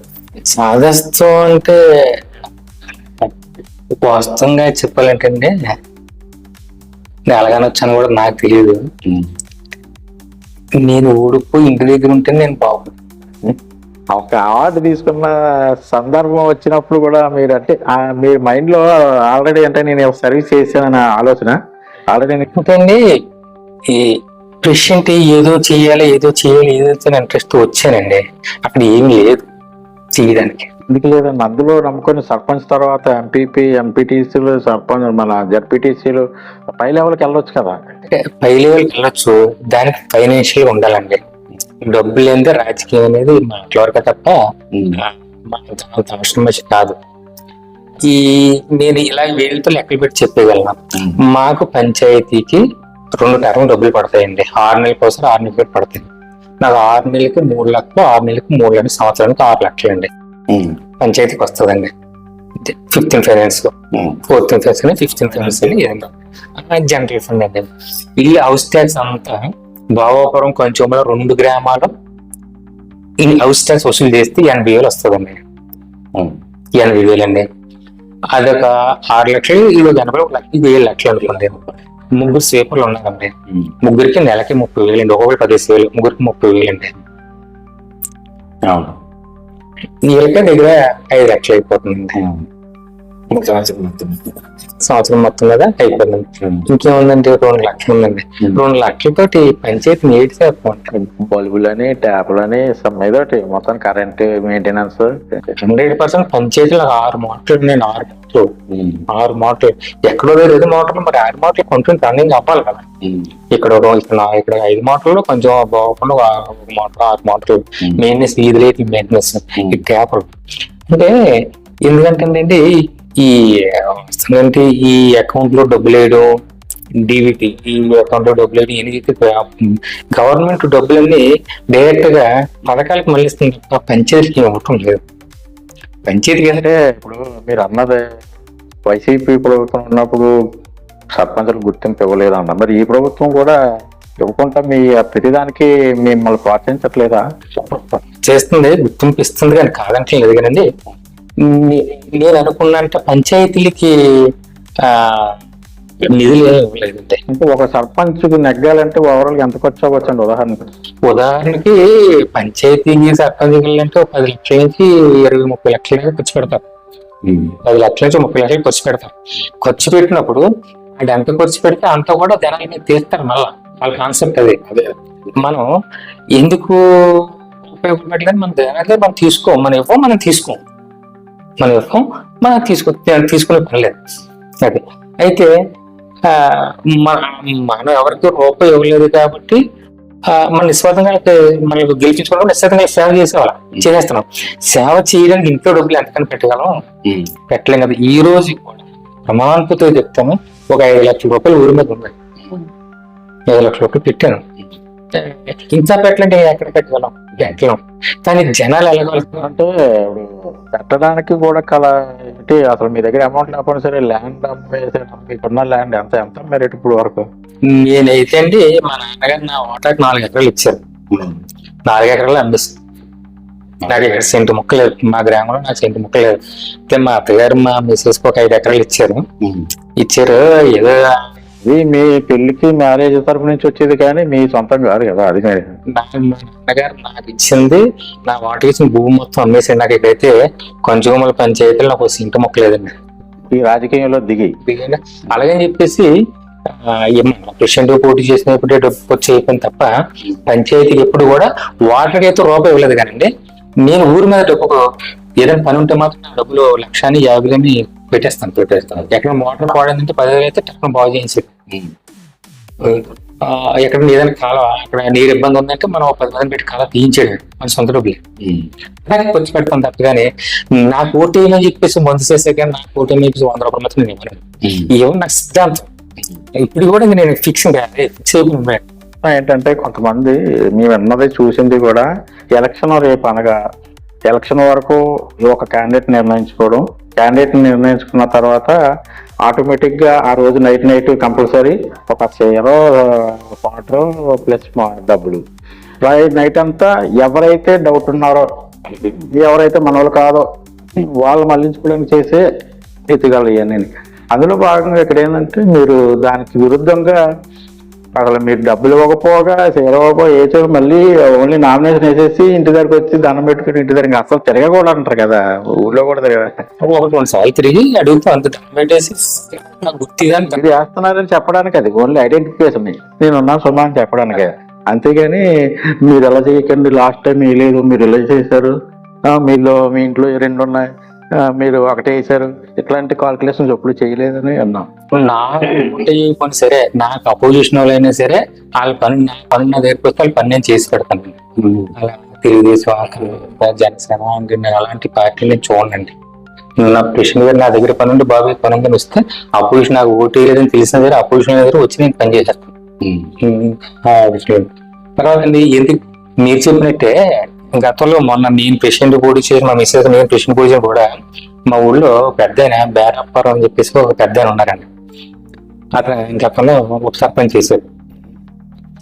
అతను సరే తెల్లారితే ఎలక్షన్ రాత్రి 10 గంటలకి నాకు ఫోన్ చేసి అయ్యా అక్కడ ఓటుకి 1000 రూపాయలు చూసుకొని పని చేస్తున్నారు కాలనీలోనే, నువ్వు చూసావు డబ్బులు ఏమన్నట్టు ఏంటి అంటే నాన్న ఇత్తి ఏమని లేనన్నా ఇంటి ఏమైనా కూడా ఇంటి ఎటుకుంది కొన్ని వేసి ఆడే చేత కూడా ఎటుకుంది ఎవరో ఊరు సేవ చేయడం కదా డబ్బులు సరే నేను బాగా చేయలేదని అనుకుంటే బాగా చేసినప్పుడు చేస్తారు కదా ఏంటి ఇప్పుడు రేట్ అయిపోయింది.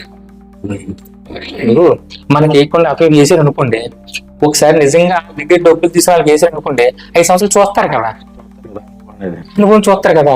డబ్బులు తీసుకోకుండా వేసిన పనులు ఉండి డబ్బులు తీసుకున్న తర్వాత డబ్బులు తీసుకుని ఓట్లు వేస్తే ఆ పరిపాలన లైసెన్స్ ఖాళీ చేసుకుంటారు ప్రజలు, తర్వాత వాళ్ళే మారుతారు కదా. అర్థమవుతుంది కదా, నేను ఒక మనిషిని చూడాలంటే ప్రాక్టికల్ గా చూడాలి. అందుకని చెప్పి పెద్ద నేను మాట నాన్న ఇత్తి ఎవరు లేదని చెప్పేసి నిరాడంగా ఇక్కడ ఉండిపోతే ఆశ్చర్యపోయింది. ఇదేంటి ఎలాగ ఉండిపోతుంది అంటే అవును వైఎస్ఆర్ గవర్నమెంట్ ఉంది, పైన గవర్నమెంట్ లేదు, మన పేషెంట్ 10 లక్షలు అప్పు చేసి పెట్టి తీసి ఏం చేస్తాం, ఏం ఉండదు కదా అని చెప్పి ఆ పెద్ద ఆయన సరే నేను పట్టించుకోలేదండి. ఖచ్చితంగా అలాగే ఉండి నా సిద్ధాంతం ఎలా ఉన్నాను అలాగే ఉండిపోతాను కానీ ఇంకా అలాగే ఉంటాను. ఇప్పుడు కూడా మళ్ళీ రేపు ఒక 2-3 నెలలు ఎలక్షన్ వస్తుంది. ఎలక్షన్ లో కూడా నేను మీకు చెప్తున్నాను, నేనే ప్రెసిడెంట్ గా ఉండడానికి కాన్సెప్ట్ నాకు లేదండి.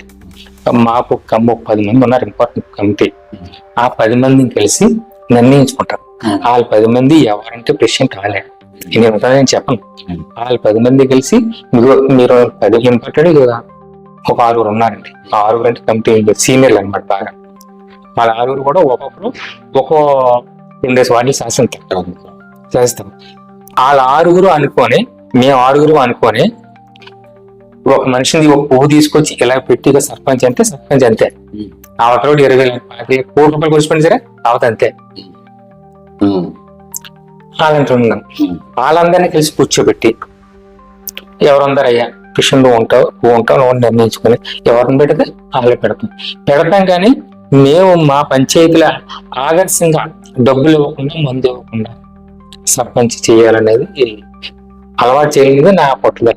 నేను అదేనండి, అప్పుడు ఎప్పుడైతే మీరు మా దగ్గర మేము విన్న ప్రస్తావన ఏంటంటే పబ్లిక్ లో జనాల దగ్గర విన్న మాట ఏంటంటే డబ్బులు ఇవ్వకపోగా ప్లస్ మందు ఇవన్నీ చేయకపోగా మీరు చేసే సర్వీసు చాలా మంది దగ్గర విన్నాం. అక్కడ ఏంటంటే ఏ ప్రాబ్లం వచ్చినా ఏది వచ్చినా మొత్తం మీరు ఇంకా మీ బండి మీద తీసుకుని వెళ్ళడం, వాళ్ళ పని అయ్యే వరకు సర్వీస్ చేయడంలో మీకు ఎప్పుడైనా ఇష్టపడాలని అంటే ఉదయం 9-6 గంటలకు లేచి అంటే ఉదాహరణకి చెప్తున్నాను, ఉన్న పంచాయతీలో మీరు చూస్తే ఆ కాగితాలు నాకు ఇచ్చేయమ్మా నేను చేస్తానులే అన్న 6 రోజులు తిరగాలి, 4 రోజులు తిరగాల, ఈ గ్యాప్ ఉంటుంది, చిరాకు పడడం ఇవి వస్తాయి. కానీ మీరు అలా కాదు, ఇమీడియట్లీ ఎవరైనా ఏదైనా చెప్తే వాళ్ళు ఆటోమేటిక్గా ఇప్పుడు వెళ్దాం అలా మధ్యాహ్నం అలా తీసుకొని వెళ్ళడం అది చేయించడం. అందులో అసలు ఏంటి మీరు నమ్మిన సిద్ధాంతం అలా చెయ్యాలని అంటే మీకు ఈ సందర్భంలో చెప్పకూడదో తెలియదు కానీ అంటే నాకు పాప అండి, పెళ్ళికి వచ్చిన పాప, పెళ్లి చేస్తే ఎవరో పంపించేస్తాం. ఇప్పుడు మనం జనాల దగ్గర వాళ్ళ దగ్గర నీకు పని చేస్తున్నామా 5,000 10,000 1000 ఇచ్చి సంపాదించి మనం ఎవరికో ఆడికి పెట్టాలి. మన ఊరే పేర ఎవరు లేరు, ఒక పాప చేస్తున్నాం. మనకి ఎలాగా అర్థపించి మీకు 5 ఎకరాలు ఉందండి చాలు. ఈ జనాల దగ్గర డబ్బు తీసుకోవడం అనేది అసలు అది కమ్యూనిస్ట్ సిద్ధాంతం అనివ్వండి, ఏ సిద్ధాంతం అనేది ఇంకా. కానీ నాకైతే మాత్రం ఎంత మాత్రం అసలు మనసు ఒప్పదండి, మనసు ఒప్పదు. ఎవరికన్నా అఫీషియల్ గా ఎవరికన్నా 1000-2000 ఇవ్వాల్సి వస్తే ఆ చేతులతో ఇప్పిస్తాను తప్ప కనీసం ఇలా చేతితో పట్టుకుని అలా కూడా ఇవ్వండి. అంటే ఎంఆర్ ఆఫీస్కి వెళ్ళామనుకో పాస్బుక్ కంపల్సరీ మరి అవి లేకపోతే ఏదైనా చేయాలంటే వాళ్ళకి చెప్పి వాళ్ళు చేసుకుంటారు తప్ప ప్రస్తుతం మీరు అసలు తీసుకురారు. కానీ నా చేతితో పట్టుకుని వెళ్ళి నేను ఇవ్వడం అయితే మాత్రం అసలు ఎంత మాత్రం జరిగే పని కాదండి. కనీసం లాయర్ గారు నోటరీకి 200 ఇవ్వాలి. ఆ 200 కూడా ఎవరైతే నోటరీ చేయాలి వాళ్ళే తీసి వాళ్ళ చేతి 200 ఇప్పిస్తాను తప్ప నేనైతే డబ్బులు ముట్టుకోనండి. ఇంకా ఆ విషయంలో మాత్రం రాజీ పనులండి. ఏంటంటే ఎంతో కొంత అంతలా కాకుండా సరే ఏదో కొంచెం ఆదర్శంగా నుంచున్నారు. మనల్ని చూసి మన వెనకాల కూడా మనలాగా చేయడానికి ముందుకు వస్తారు కదా నా తాపడతాం. ఇప్పుడు నేను ఎలా ఉండడం వల్ల అండి అపోజిషన్ ఎవరన్నా సరే ఇదేంటి రూపాయి ఖర్చు పెట్టలేదు కదా, మనం ఎందుకు డబ్బులు ఖర్చు పెట్టాలా, మనం కూడా ఆడలేక చేయొచ్చు కదా పని, ప్లస్ పాయింట్ మళ్ళీ చేయొచ్చు కదా. ఇప్పుడు నేను ఏం చేస్తానండి, ఇప్పుడు మీకు ఉదయం చూపించాను అక్కడ కాలనీలోని ఒక ఆడిటోరియం కట్టాను. రేటెడ్ స్టడీస్ కమ్యూనిటీ వాళ్ళ ముందు చూసారు ఉదయం. మరి ఇక్కడేమో గొల్లదోడ్లో ఒక ఆడలు పట్టుకుని ట్యాంక్ పెట్టి ఆపద పెట్టించి ఇచ్చాను. నా సొంత డబ్బులే. ఎంత దానికి ఒక 2 లక్షలు దాకా 3,50,000 అయిందండి. ఈ 3,50,000 ఎలక్షన్లకు వచ్చి పెట్టే బదులు ముందే పంచాయతీ చూపించాను కదా. అలాగే నాకు అపోజిషన్ ఉన్నవారు కూడా నా మీద పంచాయతీ కావడం పోటీ చేయాలంటే అటు కూడా ముందు 5 లక్షలు 10 లక్షలు ఊరికి పంచాయతీ చూపించి జనాల్లోకి వెళ్తే డబ్బులు ఇచ్చి పని ఉంటుంటే ఊరు బాగుపడతారు కదా. అలా మారుతారేమో నా ఆశ. లేదండి అదే మెయిన్ ఇప్పుడు కావాల్సింది కూడా రానున్న రోజుల్లో కూడా జనరేషన్ చాలా మారాలనేది మీరు అదేనండి. ఇది ఓటుకి రూపాయి ఇవ్వకుండా తెలిసారనేది ఎవరితో చెప్పుకో చాలా మందికి తెలదండి విషయం. చాలా మంది తెలదు జెన్యున్ గా. ఎక్కడో జరుగుతుందో లేదో తెలియదు. రాష్ట్రం మొత్తం మీద మా కొంచెం పంచాయతీలు ఆదర్శంగా తీసుకోవాలా. నన్ను చూసి నా ప్రతిపక్షంలో కూడా రూపాయి ఓటు ఇవ్వకుండా ఆ డబ్బులు ఏంటి ఎవరైతే ఓట్లకి మందుకి డబ్బులు ఖర్చు పెడుతున్నారో ఆ డబ్బులే డెవలప్మెంట్ చేసి గ్రామం డెవలప్మెంట్ చేస్తే నేను ఓ సీసీ రోడ్ వేసానండి. వేసిన రోడ్డు మీద ఒక్కొక్క అతని రోడ్డు వేయడు కదా. ఎక్కడ ఖాళీ ఉంటే పక్కన ఆడ రోడ్డు వేస్తారు. నేను చేసిన పని వాళ్ళు చేయరు, వాళ్ళు చేసిన పని నేను చేయరు. ఇద్దరు కలిసి చేసి గ్రామం డెవలప్ అవుతుంది. కొంచెం గ్రామ పంచాయతీ అంటే కొంచెం ఆదర్శంగా ఉంటారు ఓ జిల్లాలో. మనం ఇంకొన్ని జిల్లాలో ఆదర్శంగా ఉంటారు. అలాగే మార్చాలా నన్ను చూసాను మారుతారేమో అని నా ఆశ. మారని కూడా నా పుట్టిన సార్. అలాగే మనకి ఓలుగుంట మండలంలో వచ్చేసరికి ఇక్కడ ఏంటంటే ఓలుగుంట మండలంలో ఓవరాల్ గా జిల్లాలోనే ప్రథమంగా మైనింగ్ నడుస్తుంది. ఓలుగుంట మండలం మనకి ఎక్కువ క్వారీలు అయ్యి ఉన్నాయి. క్వారీల వల్ల మీరు ఒకప్పుడు క్వారీ యాజమాన్యం ఏంటంటే వాళ్ళు పెట్టుకోవడానికి కాంట్రాక్ట్లు తెచ్చుకోవడానికి ఒక మీటింగ్ సమావేశం అంటూ పెట్టారు. అప్పుడు మీరు చాలా మందిని మన గ్రామస్తులను తీసుకొచ్చి రోడ్డు పరిస్థితి అన్ని గురించి మీరు ఫైట్ చేశారు. ఏంటి అసలు మెయిన్ అంటే క్వారీ మీ దగ్గరలో ఉన్నందువల్ల మీ ఎఫెక్ట్ ప్రజలు మీ దగ్గరికి వచ్చి చెప్తే అక్కడికి తీసుకొని వచ్చారా, లేకపోతే ఏం జరిగింది అసలు క్వారీ సంబంధించి? ఏంటంటే అండి, పంచాయతీలో 2 క్వారీలు ఉన్నాయి. లారీలు మెటీరియల్ పట్టుకెళ్ళిపోతున్నారు, వాళ్ళు వ్యాపారం చేసుకున్నారు. కనీసం పంచాయతీ ఒక రూపాయి ఆదాయం లేదు. నేను ఇప్పుడు కంటిన్యూగా 13 సంవత్సరాలు సర్పంచ్ చేస్తాను. ఈ 13 సంవత్సరాల నుంచి కూడా మా పంచాయతీకి క్వారీ నుంచి 1 రూపాయి లేదండి ఆదాయం. లేదు సరి కదా. ఈ లారీలు రాత్రిలో పాలు తిరుగుతుంటే ఆ ధూళి ఈ ఇళ్ల మీద వచ్చేసి ప్రజలు ఇబ్బంది పడడం, ఇల్లు ఆ బ్లాస్టింగ్ వల్ల ఇల్లు బద్దలైపోవడం, రకరకాల ఇబ్బంది కదండి. పోనీ ఇంత ఫేస్ చేస్తున్నారు. గ్రామానికి ఏమన్నా పోనాలు ఏమన్నా ఒక వాటర్ ట్యాంక్ పెట్టి ఒక మంచినీళ్ళు ఇవ్వడమా, లేదా ఒక మినరల్ వాటర్ ప్లాంట్ పెట్టి ఏమన్నా మంచినీళ్ళు ఇవ్వడమా, ఏదైనా మెడికల్ క్యాంప్ పెట్టి ఏమైనా ప్రజల ఆరోగ్యం గురించి ఏమన్నా పోతున్నారంటే ఏమీ లేదు. మొత్తం అంతా కూడా వ్యాపారం వాళ్ళు ఏది ప్రాబ్లం. దీని మీద అప్పుడు ఊర్లో మీటింగ్ వెళ్ళినప్పుడు మా ఊరి నుంచి ఒక 100 మందిని తీసుకుని వెళ్ళి ఫైట్ చేసి ఎంత చేసినా సరే, అంత చేసినా సరే, కనీసం చేసిన తర్వాత ఓ ట్యాంకర్ పెట్టి ఉదయం ఒకసారి సాయంత్రం ఒకసారి రోడ్డు తడిపేవారు.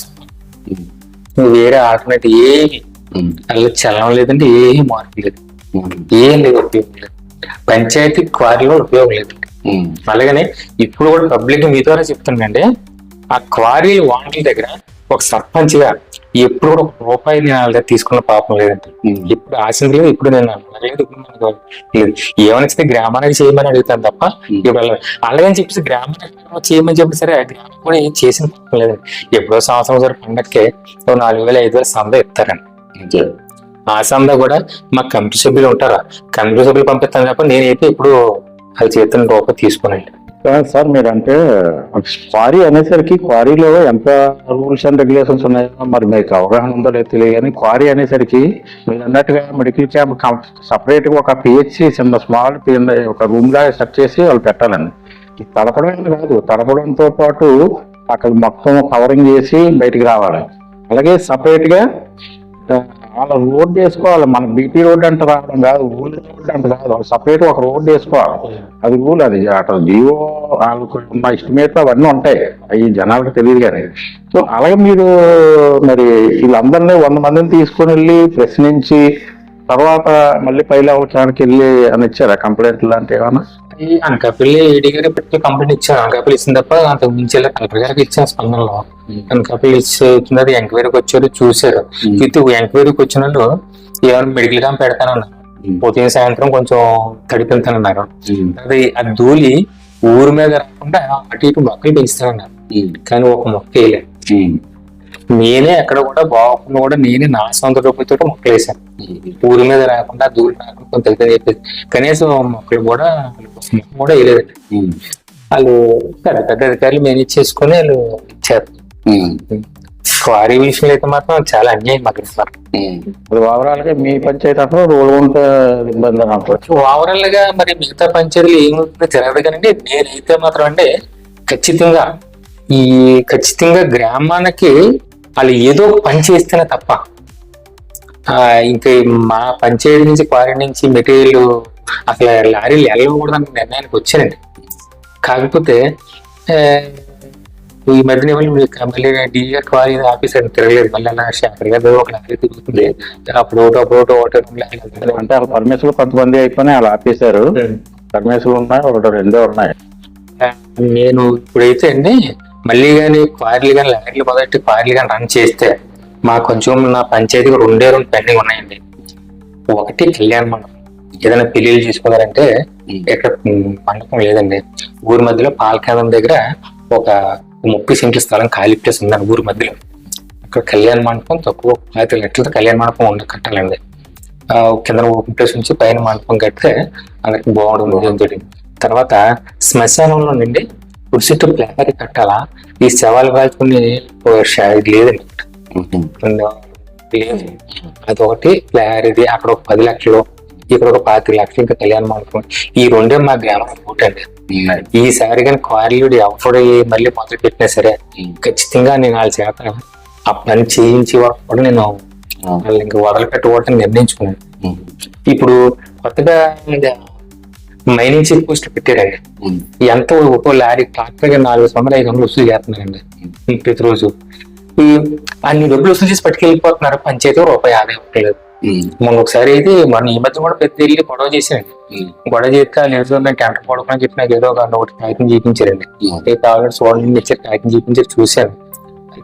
మినిస్టర్ గారి లెవెల్లో ఎమ్మెల్యే మాట్లాడదు, ఎంత మినిస్టర్ గారి లెవెల్లో ఎంత ఎమ్మెల్యే గారైనా సరే, ఎంత మైనింగ్ కాంట్రాక్ట్ తీసుకున్నా సరే మళ్ళీ మా దగ్గర మా పంచాయతీలో కార్లు అంటే స్టార్ట్ చేస్తే మాత్రం మా గ్రామానికి అది ఏదో పని చేసేవారు.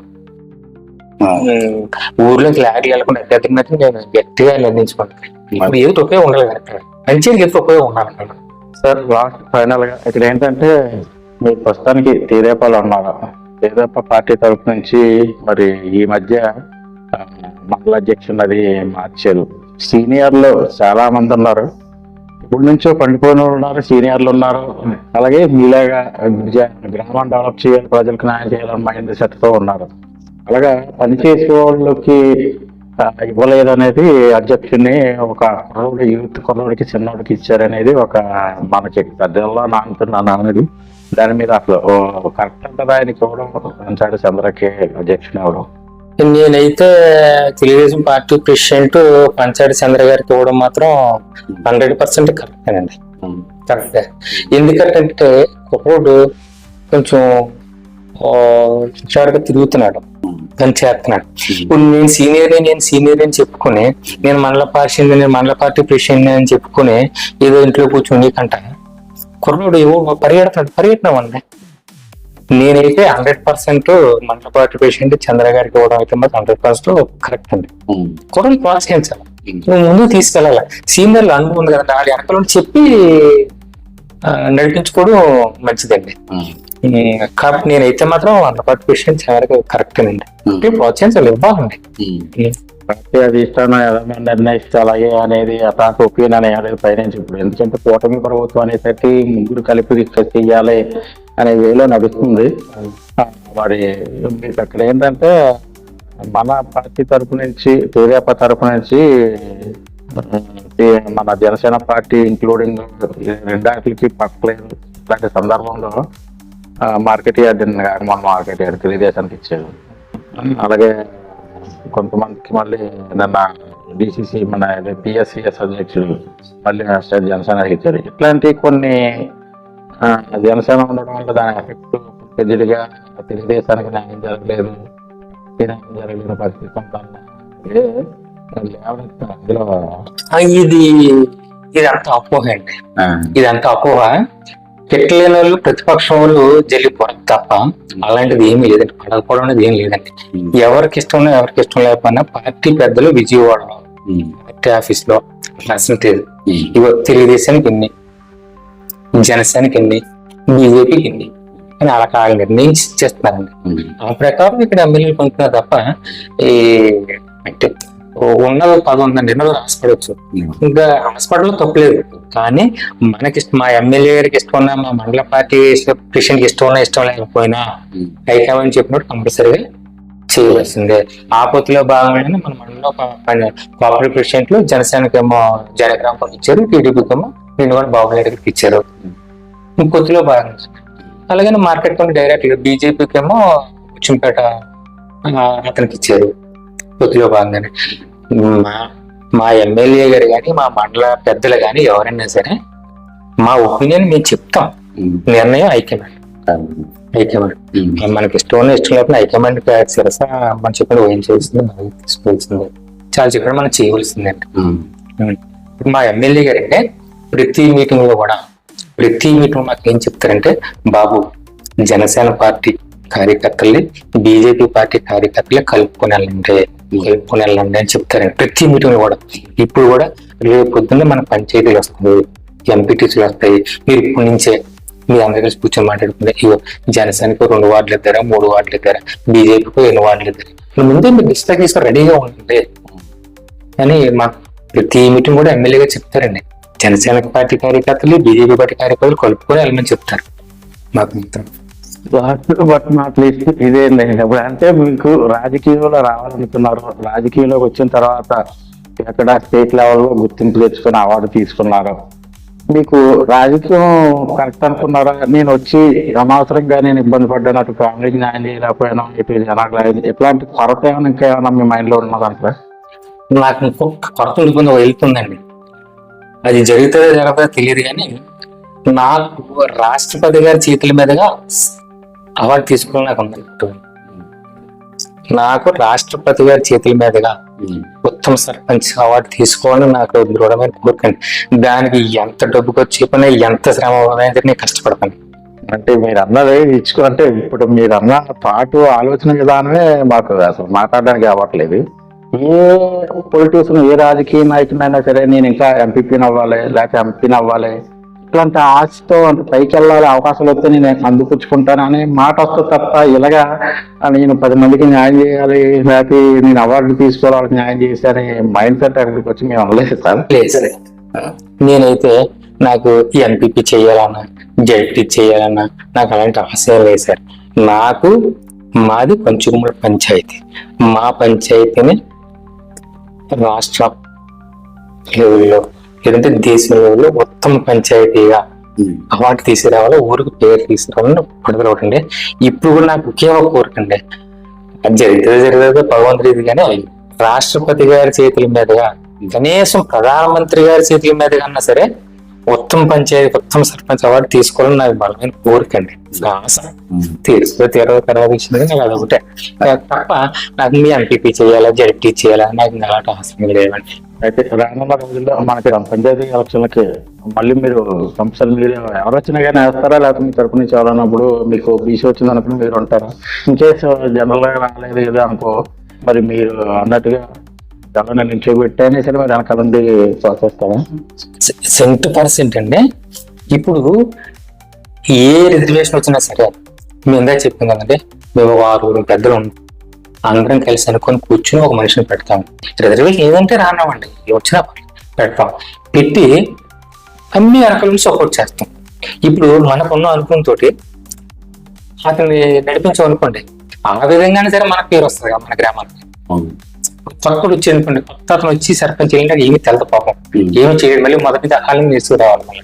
అలా కాకుండా మనకున్న ఈ 13 సంవత్సరాల అనుకున్నతో పెట్టి మనమే వెనకాల ఉండి చేసాం. మన కాన్సెప్ట్ ఏంటి, ఈ నేనే చెయ్యాలనేది అయితే అది కరెక్ట్ కాదు. కాకపోతే మన ఊరు పంచుకుమ పంచాయతీ, పంచుకోమల పంచాయతీ ఉత్తమ పంచాయతీ అవార్డు వచ్చింది అనే కాన్సెప్ట్ మన బుర్రలో ఉంది. ఎవరైనా పర్వాలేదు, ఏ రిజర్వేషన్ వచ్చింది మీ 6 అనుకుని మనిషిని పెడతాం, పెట్టి చేస్తాం. కానీ నేనే ఉంటానన్నమాట నేను అన్నట్టు అంటే నేను అక్కడ ఉంటాను అనుకుంటే అవ్వదు కదా, అందరూ అనుకుంటేనే అవుతుంది. ఇంకొకటి మన హ్యామ్లెట్ విలేజ్ అండి బాబా, ఇది మెయిన్ విలేజ్. ఈ 900 ఓట్లు, 500 ఓట్లు, 100 ఓట్లు మన అత్తమ్మ నేనే చేస్తాను అంటే కరెక్ట్ కాదు. నా మనసు కూడా ఒప్పుకోదా. ఎందుకనే మీరు మీ అంతరాత్మ మీరే ప్రశ్నించారు. మనం ఇంకొకరి చేత ఏంటి చూపించుకోకూడదండి అని వాళ్ళందరికీ చూడమన్నారు అనుకోండి, ఉండొచ్చు, తప్పలేదు. కానీ నేనే ఉంటాను సర్వీస్ చేసాం, ఈ 13 సంవత్సరాలు సర్వీస్ చేసాం. నాకైతే ఈ 13 సంవత్సరాలు పంచాయతీ సర్వీస్ నాకైతే సాటిస్ఫాక్షన్ అండి. నేను హ్యాపీగా ఉన్నాను. ఎంతో కొంత మార్పు చేశాను కదా, ఎంతో కొంత చేశాను, చాలే నాకు ఆ సంతృప్తి అండి. సరే సార్, మీ టైం అంతా మాకు ఇచ్చించి మా గురించి ప్రజలకు వెళ్ళాలనే ఉద్దేశం థాట్ ఏంటంటే, ఇక్కడ ప్రతి గ్రామం రానున్న రోజుల్లో సర్పంచ్ ఎలక్షన్ల దగ్గరికి వస్తాయి కాబట్టి గ్రామంలో ఉన్న ప్రతి వాటర్ కూడా ఆలోచించాలి. ఏం ఆలోచించాలి, ఆ రోజుకి మందు వాటర్కి శారీకి అమ్ముడిపోయి అమ్మేసుకొని పంచుకొని ఒక 4 ఉంటే 2 ఉంటే ఒకటేళ్ళకి ఇది కరెక్ట్ కాదు. అసలు ప్రభుత్వం ఎలా ఉందో ఏటుందో నుంచి అబ్జర్వ్ చేసుకున్న తర్వాత ఎవరైతే బాగా మనకి న్యాయం చేస్తున్నారో, ఎవరైతే మనకి గ్రామాన్ని డెవలప్ చేస్తున్నారో ఆలోచించుకుని ఓటు ఇవ్వాలనేది మా ఉద్దేశం. దాన్ని మీలాంటి ఆదర్శ సర్పంచులు తీసుకెళ్లి వాళ్ళకి తెలియపరచాలనేది మా ఉద్దేశం. దానికి మీరు సపోర్ట్ చేసినందుకు ఇప్పటి వరకు ధన్యవాదాలు సార్. మరి రానున్న రోజుల్లో మీరు అన్నట్టుగా గవర్నర్ చేత పిఎం చేత కానీ కంపల్సరీ మీరు అవార్డు తీసుకోవాలని మా ఛానల్ తరపు గురించి కూడా మీకు అభినందనలు తెలియజేస్తున్నాం. మీ ఛానల్ ద్వారా నేను ప్రజలకు కానీ ప్రజాప్రతినిధులు కానీ తెలియపోయేది ఏంటంటే, మనం ఆ ఎలక్షన్ లో 20 లక్షలు 25 లక్షలు ఖర్చు పెడుతుంది, అది తాగేస్తున్నారు, తినేస్తున్నారు, పోతుంది. ఆ 20 లక్షలు ఆ 25 లక్షలు గ్రామాన్ని అభివృద్ధి చేసి ఏదో పక్క అభివృద్ధి చేస్తే మనకి అభివృద్ధి చేసిన పేరు ఉంటది కదా అనేది ఎందుకు ఇలా ఆలోచించరు అనేది అలాగ ఆలోచించమని అలాగే మాట్లాడాలి. మీ ఛానల్ ద్వారా ప్రజాప్రతినిధులందరినీ నేనైతే కోరుకుంటున్నాను.